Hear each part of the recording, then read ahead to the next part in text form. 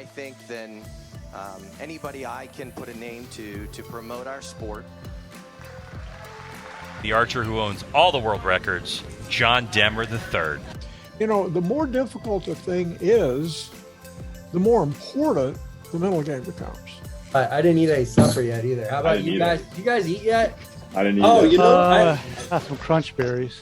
Oh, yeah. Grayson Barlow.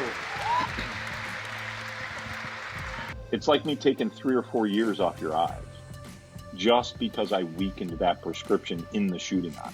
And don't put everything into my shot that I should, that I get a lot of drop on those heavy arrows. It's dropping all the way down. He said, well, you might want to think about going to a lighter arrow and string walking. And that's what got that started. So we are here with David Jackson, world field champion, world 3D champion, all kinds of other accolades. Sir, welcome to the Barebow Project. I am excited to have you here. Thank you. It's my pleasure to be here. We were talking a little bit before we started recording, just about, I guess, the parallel life of barebow archers across the world. And I'm very curious about, let's just get right to it, where and how you got started into archery, specifically barebow. Actually, I started doing archery in 2005. I shot for 5 years just as a hobby, and I ended up shooting Olympic recurve, but it was just for fun, no competition. I wasn't even using a clicker. I was quite young, and I had no idea that there were competitions actually. So one year, I went to a field competition at last, and I shot with someone who was shooting barebow.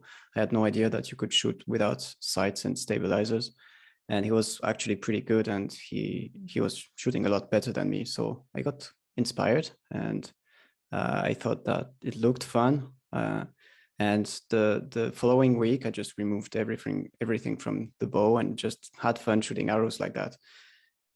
So I was in a club, but I had no coach really. It was just shooting for fun, just learning by myself. And I really got into barebow, doing field competitions. And at the end of this year, I became the French national junior champion. So that got me really into it. Oh, wow. And so you started with Olympic, switched to barebow. Have you gone back to Olympic at all just to play around, or? Just a little bit, because in 2020 I became an archery coach. So I had to shoot a bit of Olympic recurve to know what I'm talking about, because that's what I was supposed to teach. So I shot for 6 months indoor, and then I went back to barebow. Okay, I think I vaguely remember that. I think at some point in time, I don't know if it was in a post or something maybe that you put online. I don't know if I remember correctly. So that brings up a question right off the bat. So someone who started coaching now in 2020 and previously or played around a little bit with Olympic recurve, do you feel like there is a significant difference between the two? It's not the sights, the stabilizers, or the anchor point. It's really the clicker, having something to tell you when to release, and not having to control that is a really big thing. Oh, it's a huge thing. And you could be more in the subconscious, I guess, with a clicker. Does that make sense? Yeah, that's the way it feels for me also. Just it allows you to be in the process, and there's no decision to make to release the arrow. It just tells you when to do it, tells your body when to do it. So yeah, makes it easier, in my opinion. So you don't train with a clicker or anything like that to help you with barebow? No, not at all. I don't want to, to mess my mind too much. Yeah, because when I after shooting for 6 months in Olympic recurve with the clicker, then I could not shoot in barebow anymore. Oh, so that really had an adverse effect on you think? I think it was a positive effect, because it made me realize that I did not have to shoot by doing some drive-by, as you call it in the US. Oh, yeah. Well, I mean, everybody's got their own, I guess, terminology, but yeah, I know what you mean. So you were, after after you got done with the clicker, or was it before using the clicker? Did you do that a little bit or no? Before using the clicker, before doing any Olympic recurve, what I was doing is just to go to anchor and then to have my point move around on the target, not being in the gold. And at some point it passes above the gold. And that's when I used to release. And that's the only way I knew how to shoot. So no questions. I was asking myself no questions. I mean, just doing this, just letting my arrow point float. Nothing stable, just floating around and releasing when it got close to the gold. Right. And now when you went to Olympic for that like 6-month period, you were like, oh wow, you really can just hold in the middle a lot longer. Yeah, that's what I realized. And then I went back to Barebow, and it was just impossible for me to stabilize my aiming in the gold. I think there's definitely some legitimacy to that. I mean, however, some people do have the ability to just let it float in the middle. Yeah, it takes it's not easy. The best of the best can do it. Is that something similar to like the way you're approaching it now? Are you able to, I guess the terminology I use, can you aim a little bit more fine, like a stronger aim now that you've... Now I can do it because I switched to a trigger system.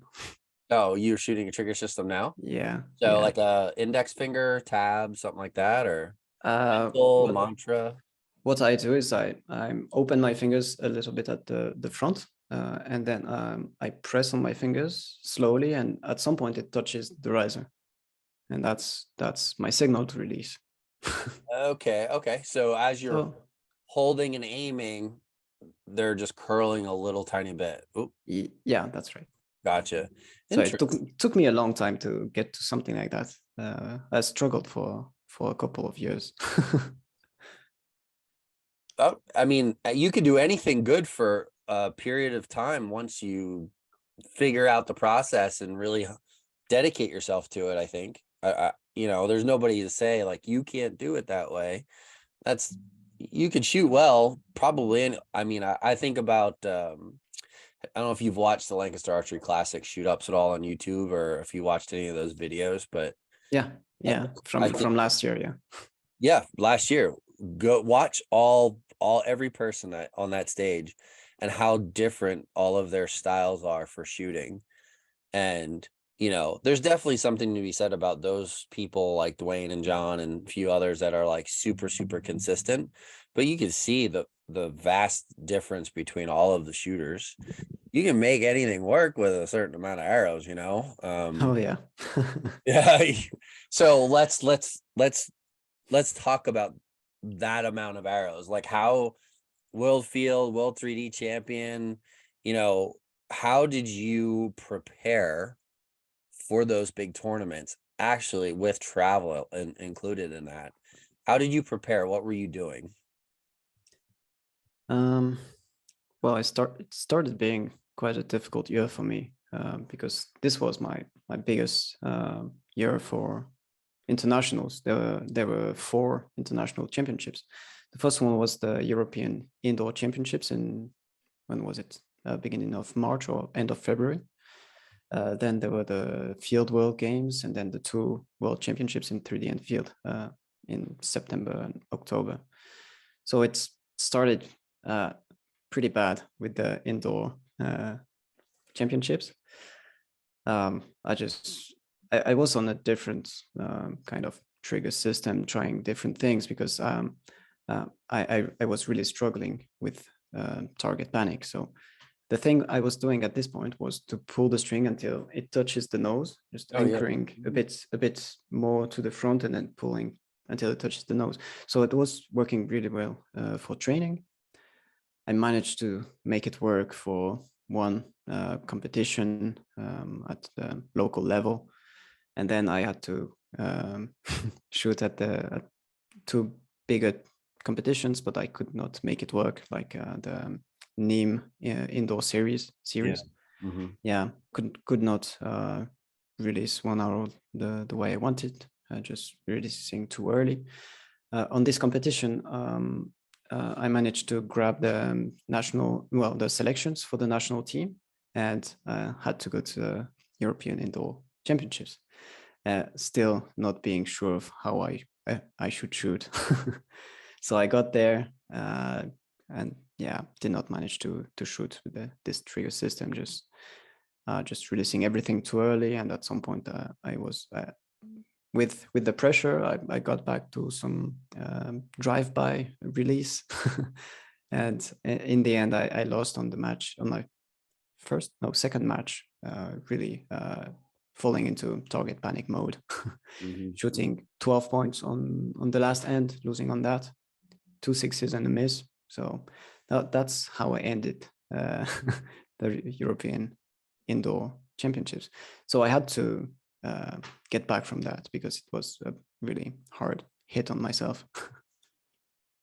That's okay. It happens. I think it happens to a lot of people, more times than not, at some point in their career, for sure. Been through it myself, probably dealing with it all the time now. I think having a volume of arrows and the ability to concentrate on what you need to concentrate on plays a crucial role, especially in Barebow. I think in Olympic, maybe compound, you can get away with it. Not just shooting or going from tournament to tournament to tournament, because but in Barebow, I definitely feel like you have to have some like pertinent time where you're able to focus on training, this specific thing, that's a specific thing, or whatever it is that you're struggling with.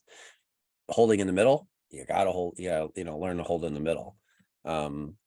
So you were talking before, you had a trigger system going, wasn't working the best, and then ultimately came up with your own sort of, unless you learned it from someone else.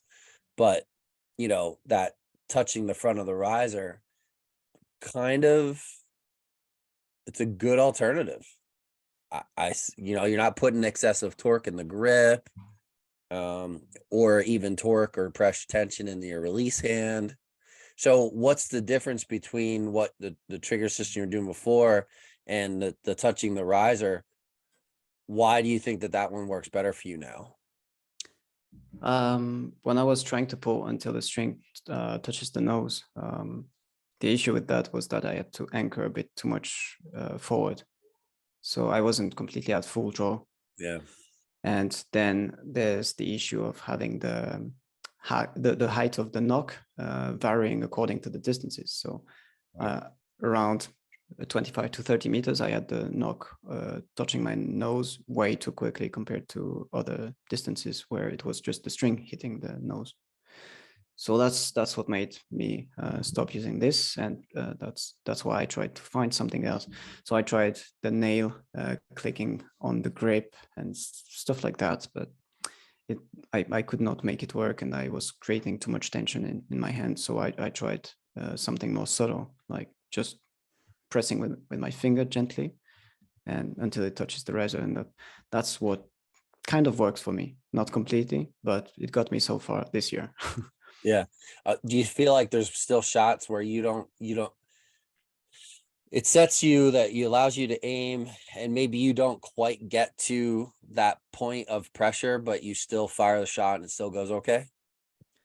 Yeah, some shots, it happens like that. I release before touching, but if I do it too many times, then I guess my brain understands that, yeah, it can shoot before having the contact of the finger, and then I shoot more and more quickly, and then target panic comes back completely. So I have to do it as much as possible, if possible 100%. And the issue is that I still have not managed to do it in a high pressure situation. So for the last championships, I managed to do it during qualifications, and then during matches I was releasing too early. So I'm not really happy of the way I shot. No, you got the result though. I mean, yeah, it worked out in your favor. Yeah, it was enough to grab some medals. Yeah. But yeah, I wasn't happy of the way I was shooting on the finals. Yeah, if you look at the videos, it doesn't look that good. To you, it doesn't look good because you know your shot better than anyone. I think there's a lot of people are still going to watch it. They're probably going to be not having, a lot of people don't have a clue of like, well, it still looks like a good shot. They just see like this follow through, and you get to anchor and it gets to the middle and you let go, and the camera veers to the target and they see the arrow go in the middle or whatever. And that's, you get caught up in that. You don't really get, a lot of people probably don't evaluate it as closely as you're going to, because you're going to be that, you're going to self-evaluate more stringent than anybody. Are you going to continue pursuing like we'll call it a non-triggered shot? Are you going to pursue working toward that for this year as you're continuing that back into Barebow in away from that clicker? Well, for this year, I think I'm just going to continue with what I started last year, because I have not yet managed to apply it in any situation, and I want to get there. I see. And then maybe I'll try to go for a non-trigger shot.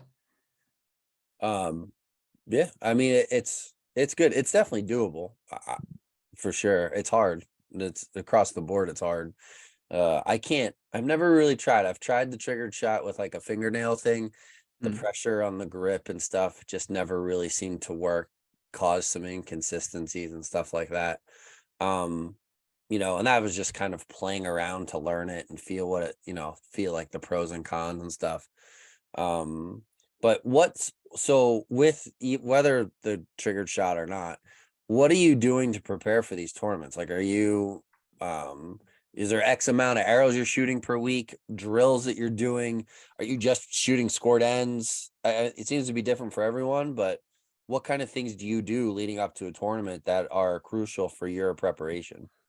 Well, this year I started with a great plan, because after the indoor European championships, I figured that I needed some help, and I looked for a coach, and I started being coached until the end of summer. Well, no, until the middle of summer. I stopped the coaching before the championships, but yeah, I had a great plan. So I thought I was going to shoot a certain amount of arrows and increase that amount as the year goes forward, and then reduce this amount, getting close to the championships, and do more counting the points, or just looking for quality over quantity. And also I had a plan to build up my physique until then. But yeah, all of this, there were some unexpected things that happened in my life, and I could not follow through all of that. So because I had some personal issues to deal with, I had to just focus on going back to finding the joy of practicing archery. And just, so that was my main goal, in fact. So hey, having the ability to just enjoy archery no matter what is sort of like a crucial point in being successful. You have to understand, like, not every arrow you shoot is going to be perfect, and then having the ability to move on from that arrow, and that ability to just enjoy, like, hey, I know it wasn't great, I'm going to make it better on this one, and moving forward. I mean, that's actually a pretty significant step toward an elite level type of shooting, is being able to move on from that not so great arrow. Yeah. So the coaching I had turned more towards mental coaching, and not towards technical, or Sure. I'm not sure how to. Like form and shot process stuff, but as Yeah, and the way I organize my training, so it went back from that and more towards just mental coaching to help me deal with my personal life, and and the way I approach archery, to remember my goals for my practice, and just forget what other people think of me, and just focus on being in the present moment and enjoying what I do. That's great stuff. That's great stuff. Before we were recording, we were talking a little bit about your coaching, I think. Can you, who is your coach and where are they from? So her name is Kristina Dolgilevika. She was Russian. Well, she's probably still Russian, but she lives mainly in London. And I met her thanks to a podcast on the Barebow podcast. Yeah, the Barebow podcast. Yeah. So that's why I got to know her, and then we exchanged quite a bit, and well, I decided to give it a go. She's an interesting character because her background is in Barebow, but then she went to South Korea and learned traditional Korean archery, and that's what she mainly practices now. Oh wow. Okay. So not your typical coach, I would say. Yeah, definitely a level, a very vast experience level there, multiple disciplines of the sport. So that's and her vision of archery being more of a martial art than a sport really resonated with with my own vision of it. So I think it's important when you find a coach to have this kind of connection. Yeah. I mean, I coach a lot, coach online a lot as well. And I think that it's good to kind of experiment too. Not every coach is going to be perfect for every shooter. You know, my approach and somebody else's approach, their approach might work better. Their words might work better. Their theories, their drills, or whatever it is that they happen to, you know, focus on might work better for that shooter. And people shouldn't be afraid to try that. Like you were uncoached completely. And I was self-taught completely before that. Yeah. So, and that's you. So you said you started 2000, did you say 2015? My first competitions were in 2010, and then my first selection in the national team was in 2015. Okay. Yeah, that's out. You know, to go that long, essentially uncoached, and then to pick up a coach and then become a world champion, it's pretty good stuff. Apparently, she's teaching you some good stuff for sure. Does she do online coaching or just? Yeah, online coaching, because I live in the south of France and she's in Great Britain. Okay, yeah. But I don't know, for some reason I never met anyone who made me want to be coached by them. Nice. Even in France, where I know quite a lot of archers. So yeah, I just gave it a go. That's awesome. I think it's great. Listen, if you find that kind of chemistry with someone, it's going to make you, I think Paul Donahue, if you watched the Lancaster last year, he's an older gentleman. I'm gonna say mid 70s, late 70s, I'm not sure. He shoots in our area of America all the time, and he said that archery gave him a new want to. It made him and just enjoy life. It makes his life better. He's an older gentleman, you know, has an unorthodox hook and grip. And, you know, if you watch the video, his hook is like this because he can't bend his top finger.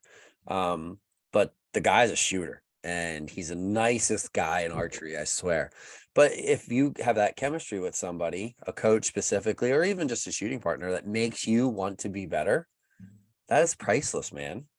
That is priceless. You know, maybe there's something there to what she's teaching. And then you said that the Barebow podcast did either one or two episodes with her. Maybe people need to go check that out and listen to it. You know, maybe it will help them in some way, or maybe she can coach some American shooters across the pond. I don't know. Yeah, maybe. Yeah. Hey, kudos to anyone who is willing to help others. Especially with Barebow, because it's very niche-y. You know, there's not a lot of people out there coaching Barebow. You know, and to hear that success happen for you in such a short amount of time, although you've been shooting for a long time and you've done very well on your own. Yeah, I was already a world champion. Yeah. But but you didn't have someone else that was making you feel like you wanted to be coached, that's a big deal. Like that's a big statement for her. Yeah. So, you know, I think Yeah. it's awesome. Unfortunately, I decided to stop because it's quite a big financial investment. So Sure. I I don't, we did our job together, and yeah, it kind of seems to have worked. well, or helped at least in some Yeah. fashion. Yeah. Helped at least in some fashion.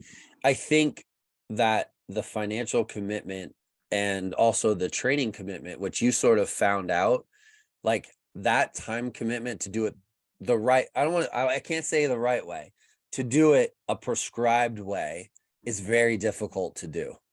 Personal life, jobs, you know, relationships, you know, unexpected things in your life, like to commit, it's like going to the gym or being a bodybuilder or training for whatever sport. You know, if you're committing yourself to like 4 days a week, I don't think a lot of people realize how difficult that really is.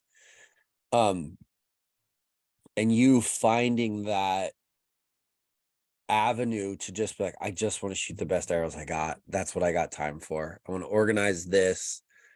You know, that I think that should resonate with a lot of people out there who have aspirations of wanting to be a better shooter, and hearing it from you to see the success that you have found, already a world champion, you know, struggle a little bit post Olympic recurve, playing around, back to being a world champion again, and realizing like you're still finding that the new want to, I, you know, just want to shoot the best arrows I got.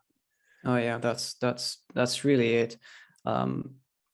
In my mind, it's mostly about mastery, mastering myself and mastering the art of archery and enjoying the process.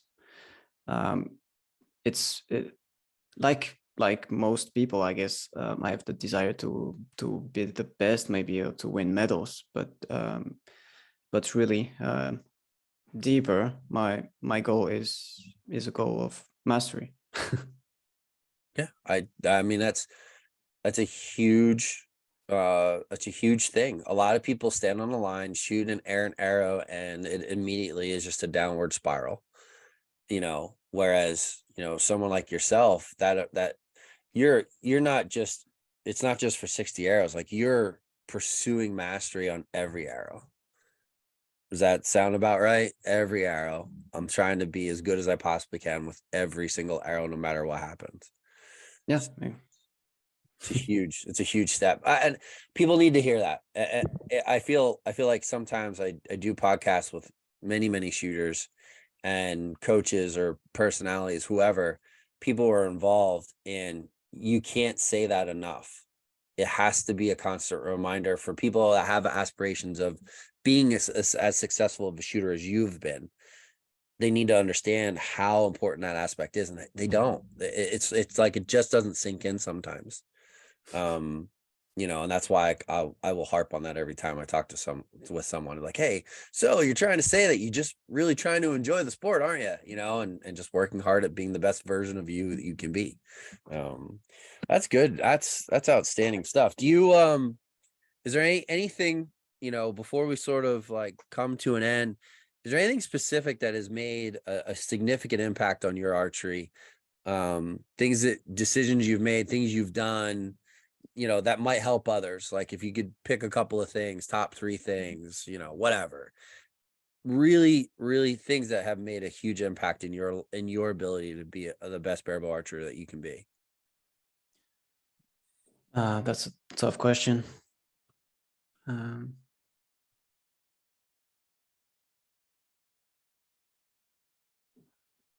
I'm thinking. Yeah, well, there's no rush. I mean, I edit stuff out all the time, so So sorry to put you on the spot, David. yeah, also I have to think in English, and Oh, I see. when I have to think too deeply, sometimes I lose the words. Well, your English is very good. Well, my father is British, but he never taught me English. I just learned by myself. But I guess having some British family was of some help to be motivated to learn. Yeah. So back to your question. Well, what's really helped me to grow into the sport of archery was to realize that it's not all about the results, and there's something to pursue in archery that goes beyond just the scores. I realized that archery was a way for me to learn about myself and to improve myself. And through the mastery of archery, I actually learned to master myself, and everything that I learn in archery, I can apply to my daily life and be a happier, better person. I think that's a great explanation. I think it's very clear. That's awesome feedback. I don't know if I've ever had anyone kind of be that deep and personal about their archery and explain like that's why it makes me a better shooter, because it makes me a better person. I think that's very good information. I appreciate that. So do you have like an Instagram, social media place where people can follow you? Not really. I don't have an Instagram yet. I guess I will make one at some point. I have a Facebook page, but it's my personal one. It's Oh, okay. just under the name of David Jackson. Yeah. And I have a YouTube channel that I created, but Okay. I have a few videos there. A couple of them have English subtitles. The other ones are just self-generated, not really good. Oh, okay. But I haven't made any video for I guess 7 months, so I'll go back to that. It's about Barebow. There should be some interesting things if you're into that. Yeah, I would say so. I mean, if there's English captions, the vast majority of our audience is definitely American, but where there's an incredible amount of there was like 69 countries last time I checked or something. I don't even know. It was a ridiculous amount. So it's under the name of David Jackson Archery. Okay, cool. No, hey, if you've made videos before for YouTube, you understand it's kind of time consuming and super involved. So yeah, I don't blame you one bit for concentrating on shooting and not making YouTube videos, because when after the European Indoor Championships, I realized that I had to stop everything and just step back from social media and just focus on myself. So so I picked a coach, and I really went into this and focused on myself. Yeah, that's the way I managed to get back up from the disappointments. That's good stuff. I don't. You see a lot of people spend a lot of time showing others how well they are shooting online, and then they show up and don't shoot so well in person. You didn't do that. You're like, no, I'm just going to concentrate on being a better shooter. Yeah, I just went all the way around. That's the right way to do it. I wish I should take that advice myself. Unfortunately, social media is a necessary evil with podcasts. So, there's that. But yeah, for sponsors and everything. Yeah. Do you have sponsors? Are you sponsored? Yeah. Well, I shoot the Gilo riser, the GT 27 or 29 inches. I have both. I won with both on these two championships. So what's funny is that I won with two completely different bows at the two World Championships this year, just less than 1 month apart. So one was a 29, the other one was 27. Yeah. First one was the 27 inches, and I met Vittorio in Italy, and we talked about the 29 inches. He said he would send me one when I go back to France, and I just tried it, and it felt great. So I decided to shoot with it for the field championships. It seems to have worked out. What limbs are you shooting off of them? I shoot German limbs from David Gossman. It's called DK Bow Factory, and the limbs are called the Fenrir limbs. Okay. Never heard of it, but obviously they work. Yeah, it's growing in the world of barebows because a lot of really good archers are starting to show up with them on international championships. Nice. You have Frederick Lundmark, for example, shooting them. Oh yes. Okay. Um, then you have from Sweden also Stine, I think, shooting these limbs. Okay. And yeah, a few archers are getting quite interested in them. Also, they work very well. They're silent limbs. They feel good. Well, if they work for them, And then I shoot his arrows also from DK Bow Factory. They are called the Gungnir arrows, and there's a couple of other models that I shoot. Then what do I shoot? Well, that's the main equipment, I guess. what finger tab? It's a Chinese tab called Bycaster Archery. Okay. Yeah, I found it on Amazon and decided to try it, and yeah, it works pretty good. So I'm happy with it. Have you ever shot a Yoast tab? Or I have a Yoast tab here at home. Just I don't know, it doesn't feel the best to me. yeah, no, that's it's fine. just maybe if I added a finger spacer or something like that, or more cords to wrap around my fingers, it would feel better. I just haven't done all the testing. Yeah, no, that's 100% okay. I didn't know if you had access to them.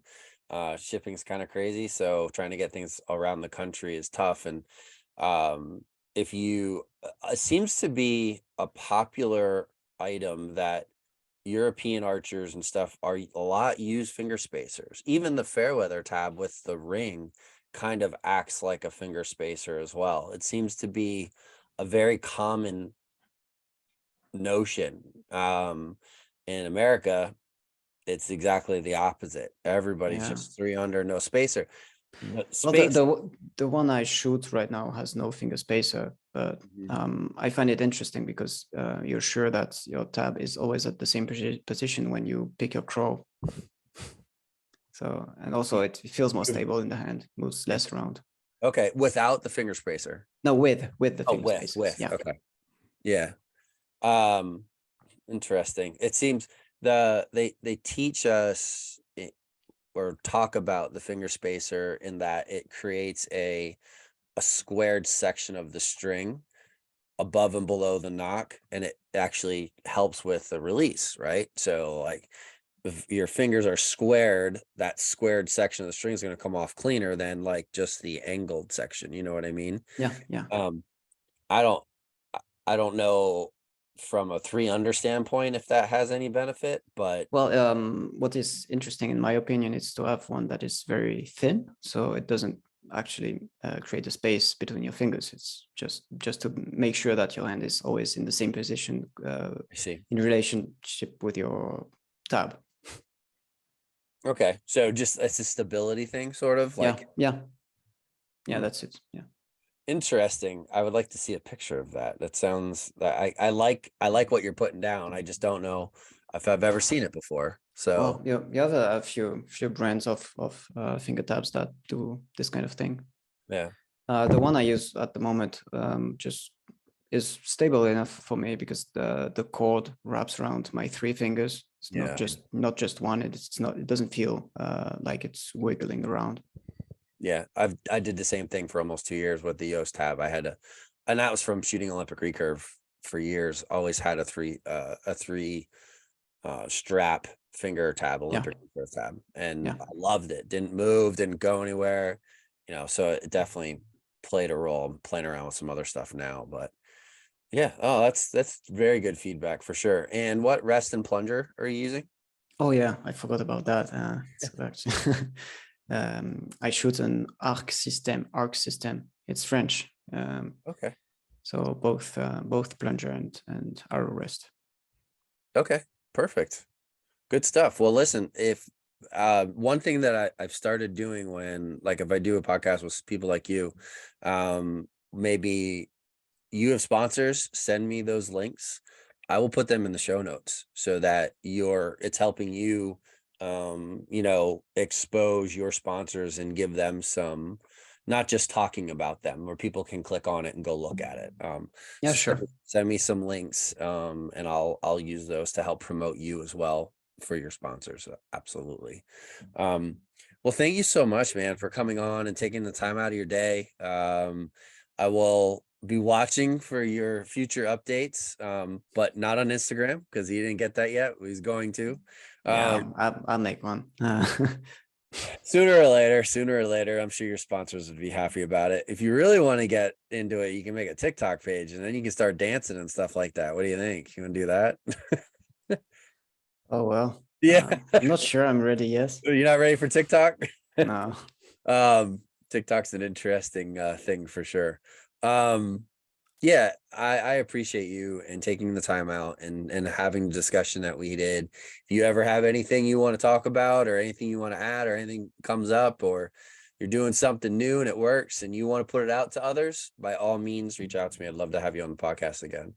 Yeah, no problem. It was All a right. pleasure to be here. Outstanding. Thank you so much. Have a wonderful day. Thank you. You too.